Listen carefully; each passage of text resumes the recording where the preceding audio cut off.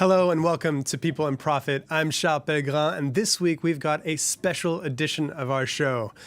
As France hosts hundreds of thousands of rugby fans from around the world for the 2023 World Cup, we'll take a deep dive into the business that surrounds the game, the opportunities for growth both within the sport and beyond it, but also the risks of financial disarray when it all goes wrong.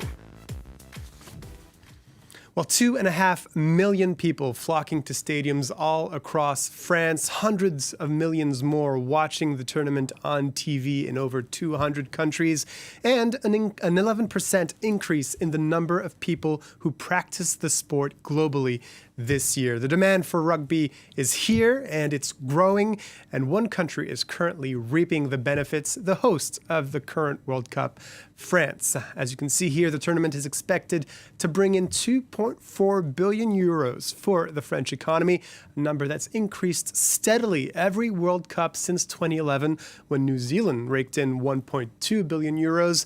Tournaments in the UK in 2015 and Japan in 2019, leading to economic impacts of 1.4 and 1.8 billion euros, respectively.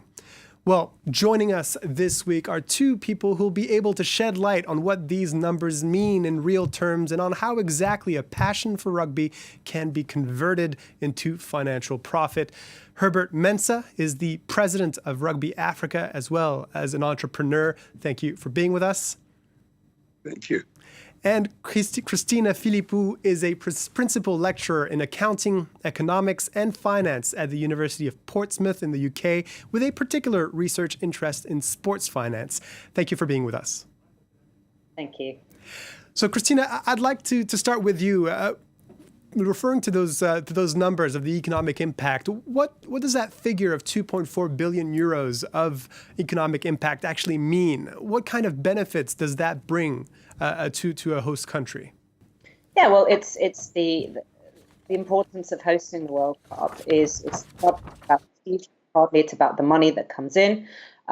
Tourism is really important. The football, the industries that are attached to that. So obviously hotels and all the kind of shops and restaurants, etc. So that kind of brings in money for the sport as well, because money that comes in also kind of gets circulated around. So it's not just about the rugby family, but it's about the broader family. And what we're seeing with Rugby World Cups is that people actually want to host them because the economic benefits are there and they are growing, like you said, as opposed to some other big events that we're seeing that countries aren't so keen to host. So it's good news for France.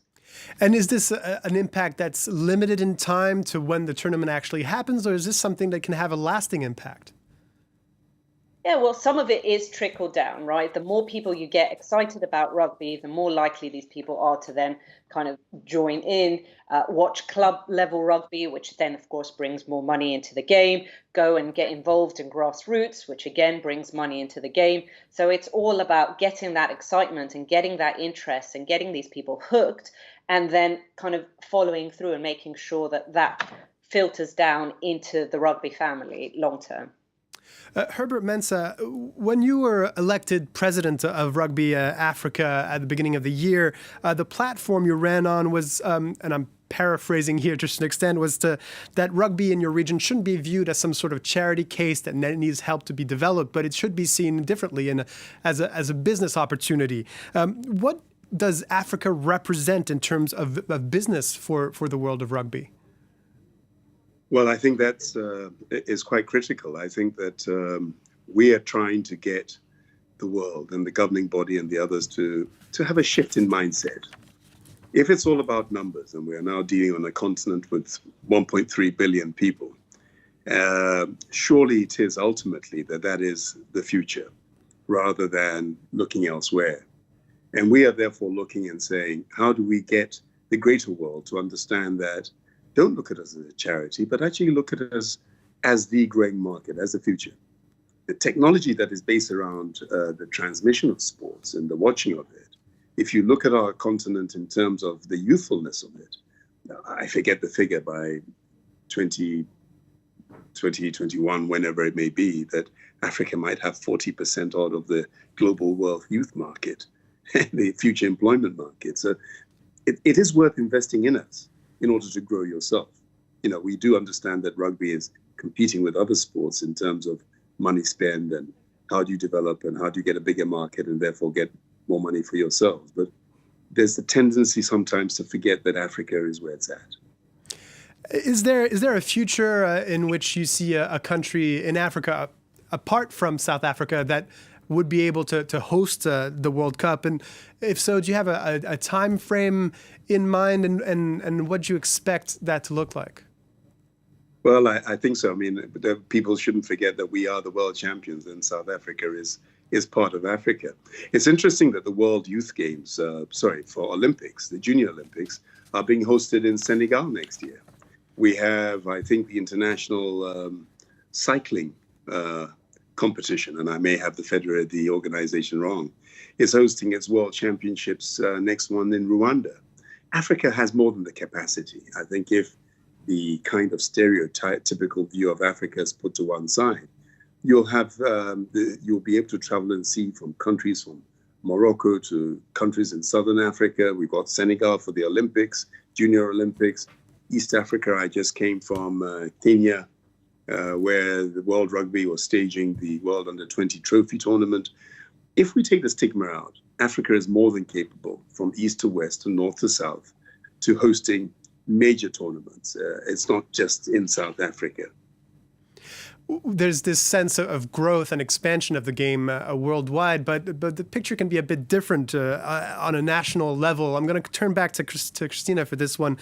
In Europe, the picture isn't as rosy, especially when looking at the English professional rugby game, where there's a number of clubs that had to go into administration with financial issues. Can you give us a sense of what the financial situation is for professional rugby in England right now? Yeah, it's not great. As you said, last season saw three clubs go into administration, which is obviously not good news. And generally there's problems with particularly cash flow, so money moving around within the clubs and therefore not being able to pay their debts. There's a lot of money going out straight into wages and a lot of competition to pay as much money as possible in wages, but then there's not that much income coming in, and that obviously creates a little bit of a problem. So generally, the financial state of rugby in England is not very robust. It's not great. I suppose the good news, if you're looking for any good news, is that a lot of sports have this issue. It's not just rugby. But we do tend to have a little bit of problem at club level in terms of being able to sustain long-term the money coming in, because while even with revenues growing, the profits they're non-existent. It's mostly losses, and that is not a way to run a club and to make sure that it continues long-term. Herbert Mensah, when you see developed markets, or even arguably the most developed market, because that's where the game was invented, struggle so much, what does it make you think about the future of the sport in Africa if it's so tough in already established markets like that? Well, within Africa, one of the things, and as I said, I've been in office for less than 6 months now, and trying to get a mindset change, saying, look, if you're in a situation where you're part of a global group, and that's World Rugby, you receive around about $2.5 million a year for 37 countries on a continent that is so massive in terms of getting people from A to B and all the rest of it. We can, at one stage, go after World Rugby and say, look, you really need to give a lot more. You can't say you're gender-friendly and understand what's going on with the women and give us £150,000 a year and not change that from 2019 for 37 countries, a continent of 1.3 billion. It doesn't make any sense. So you've got that level of trying to educate, lobby, sensitize, and get them to see that it makes no sense. But on the other side, I'm out there with two other battles. One is to get governments themselves to understand they have greater responsibility, because the value system that goes into rugby is a lot different and a lot higher in many ways than it does in sports like football, and therefore critical for the youth, the issues of solidarity, team building, respect, everything that goes in and is part and part of rugby. And then therefore saying to the governments, you need to help not only build infrastructure, but we now need to start mitigating costs in order to grow. And there have been 7 or 8 countries that I've been to since being in office, speaking to various government officials who are very much into that and saying off the back of that, they'll put more money into grassroots. So trying to coordinate all these things from all different sides to move forward.